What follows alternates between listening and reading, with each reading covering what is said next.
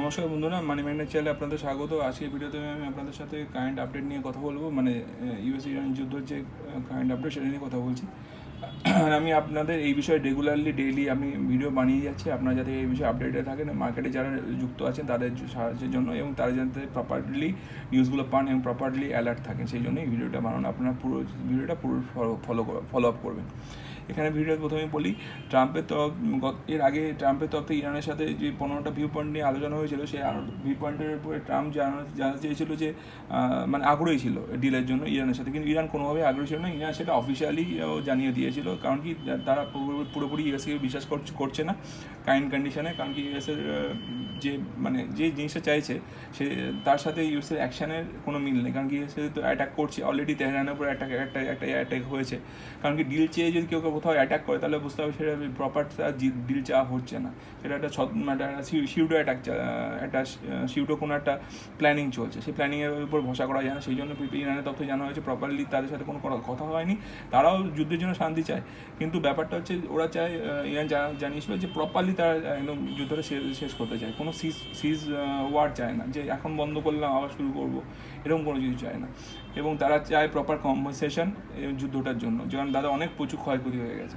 তো এই বিষয়ে ট্রাম্পের তরফ থেকে একটা নতুন আপডেট এসেছিল, সেটা এখানে দেখতে পাচ্ছেন স্ক্রিনে। Trump does not bluff, prepare to unleash hell, US wants Iran on negotiation. অর্থাৎ ট্রাম্পের তরফ থেকে একরকম হুমকি দেওয়া হয়েছে ইরানকে, যে যদি ডিলের না মানা হয় বা ডিলের ব্যাপারে না আগ্রহী হয়, তাহলে আরও ভয়াবহ কনসিকুয়েন্সের জন্য তৈরি থাকবে, মানে আরও ভয়াবহ আরও কিছু ঘটতে পারে, ইরানের উপর অ্যাটাক হতে পারে, এবং সেই জন্য তৈরি থাকতে বলেছে ট্রাম্পের তরফ থেকে।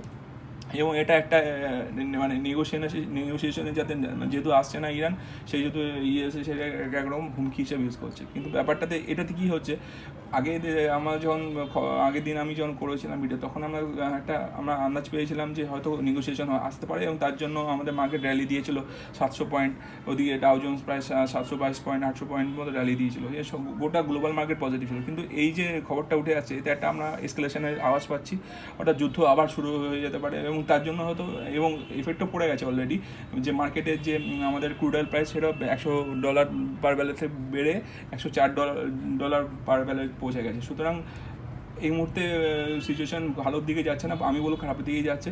তো জানি না কী ঘটবে, আপনারা কনসার্ন থাকুন, অ্যালার্ট থাকুন, এবং সহজে শেয়ার মার্কেটে আমি বলবো না শেয়ার বিক্রি করে প্যানিক ক্রিয়েট করে বেরিয়ে যান, তবে আমি বলবো যে এই ব্যাপারটা নিয়ে অ্যালার্ট থাকুন। তো এই ভিডিওটা এই পর্যন্ত থাকলো, কেমন হলো সেটা কমেন্ট করে জানাবেন। যদি ভালো লাগে আমার চ্যানেল ভিডিও, আমার চ্যানেল সাবস্ক্রাইব শেয়ার লাইক করে পাশে থাকবেন, এবং আমার চ্যানেলটা গ্রো করতে হেল্প করবেন। ধন্যবাদ।